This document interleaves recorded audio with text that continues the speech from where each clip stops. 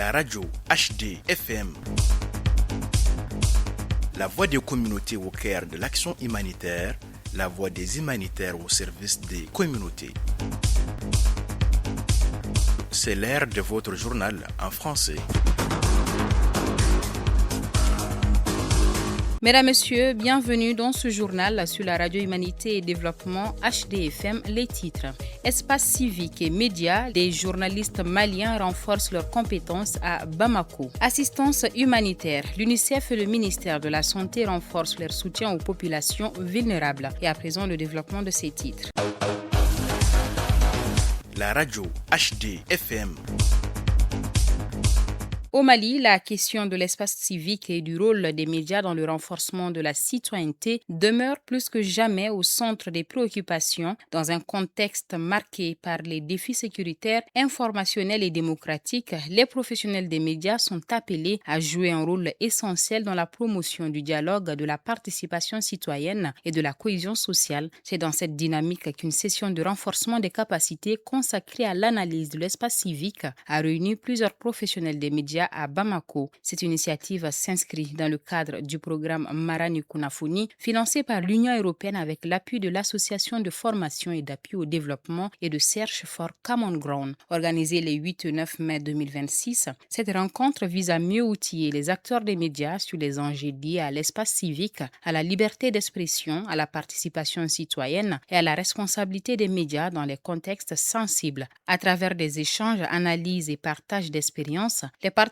ont également été sensibilisés à l'importance d'un traitement responsable de l'information afin de contribuer à un débat public apaisé et constructif. On écoute Ahmed Sekou Diallo, directeur exécutif de l'Association de formation et d'appui au développement, AFAD. L'objectif général de cette importante session sur l'analyse et la couverture de l'espace civique au Mali est de renforcer les compétences des professionnels des médias à comprendre, surveiller et relayer efficacement les dynamiques de l'espace civique afin de contribuer à la consolidation de la paix. Plus précisément, cette formation vise à permettre de couvrir les enjeux liés à la liberté d'expression, à la participation citoyenne, aux droits fondamentaux et aux facteurs de déstabilisation ou de stabilité dans le contexte malien. Les objectifs spécifiques sont, entre autres, renforcer la compréhension de l'espace civique, sensibiliser à l'impact des médias dans la consolidation de la paix,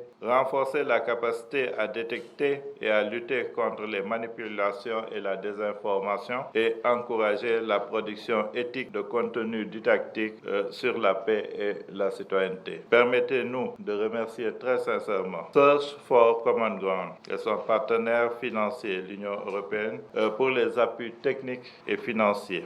Le ministère de la Santé et du Développement social, en partenariat avec l'un de ses principaux partenaires techniques et financiers, poursuit ses actions en faveur des populations les plus vulnérables. Il s'agit de l'UNICEF qui a procédé à une importante remise de matériel de première nécessité destiné à soutenir les personnes affectées par les crises humanitaires au Mali, d'une valeur estimée à près de 420 millions de francs CFA. Cette assistance humanitaire vise à venir en aide à environ 200 000 personnes en situation de vulnérabilité à travers plusieurs localités du pays. À travers cette initiative, les autorités et les partenaires entendent renforcer la réponse humanitaire et améliorer les conditions de vie des communautés confrontées aux conséquences des crises sécuritaires, sanitaires et sociales. La remise de ce matériel témoigne également de l'engagement des partenaires humanitaires à accompagner les efforts du gouvernement malien dans la protection et l'assistance des populations les plus vulnérables. Écoutons Madame Fosca Gulurdori, représentante adjointe de l'UNICEF, et Monsieur Sayon Doumbia, conseiller technique au ministère de la Santé et du Développement social. Prépositionnés de manière stratégique, ces emprunts visent à réduire significativement les délais de réponse, à apporter un soulagement immédiat aux populations affectées et à prévenir l'aggravation des vulnérabilités, en particulier chez les enfants, filles et garçons. L'ensemble représente une valeur d'environ 420 millions de francs CFA. C'est donc à renforcer sans nul doute les capacités opérationnelles de la Direction nationale du développement social et des directions régionales du développement social et de l'économie solidaire dans la mise à disposition à temps des stocks, un gage de succès de la réponse humanitaire. Suivez maintenant les brefs sur Radio Humanité et Développement.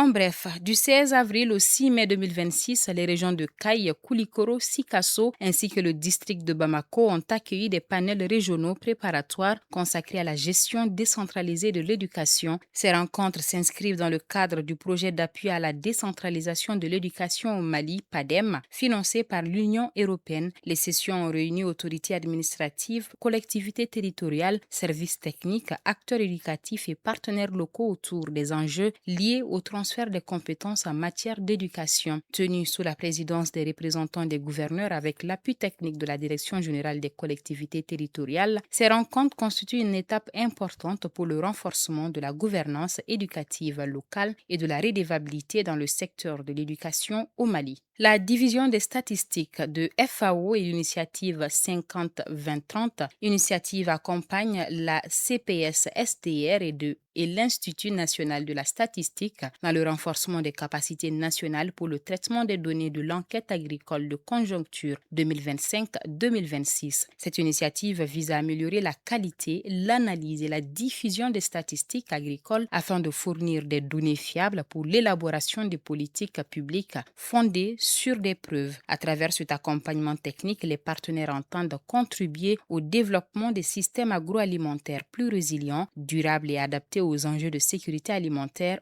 au Mali. La représentation de la FAO au Mali et le gouvernement malien, à travers le ministère de l'Environnement, de l'Assainissement et du Développement durable, ont officiellement lancé le projet d'appui aux initiatives d'alternatives au bois énergie. La cérémonie a également marqué la tenue de la première session du comité de pilotage du projet, mise en œuvre en collaboration avec la Direction générale des eaux et forêts, financée par la FAO pour une durée de 18 mois. Ce projet vise à promouvoir des solutions durables aux bois énergie, à renforcer la gestion des ressources naturelles et à améliorer la résilience des communautés face aux effets du changement climatique. À travers cette initiative, les autorités maliennes et leurs partenaires entendent soutenir la transition énergétique, réduire la pression sur les ressources forestières et contribuer aux efforts nationaux en faveur de l'environnement et du développement durable.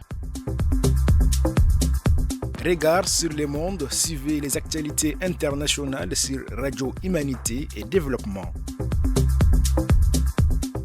Actualité internationale. L'Organisation des Nations Unies alerte sur une aggravation des crises humanitaires à travers le monde. En 2026, plus de 135 millions de personnes auront besoin d'une assistance urgente. Conflits armés, catastrophes climatiques et épidémies continuent d'accroître les besoins humanitaires dans un contexte marqué par la baisse des financements internationaux. Le Soudan demeure confronté à l'une des crises humanitaires les plus préoccupantes au monde. Des millions de personnes ont été déplacées par les violences, tandis que l'insécurité alimentaire atteint des niveaux alarmants. Les organisations humanitaires évoquent une situation proche de l'effondrement. L'Organisation des Nations Unies sollicite plus de 2,3 milliards de dollars en 2026 pour venir en aide aux populations affectées par la guerre en Ukraine. Cette assistance vise notamment les déplacés internes et les civils vivant dans les zones exposées au bombardement. C'est ainsi que s'achève cette édition de votre journal sur Radio Humanité et Développement HDFM. Merci de l'avoir suivi. Restez à l'écoute de nos programmes sur les ondes et retrouvez-nous également sur nos différentes plateformes digitales. Cette édition vous a été présentée par Bibata Mamoutouré avec la mise en onde assurée par José Terra. À très bientôt sur la Radio Humanité et Développement.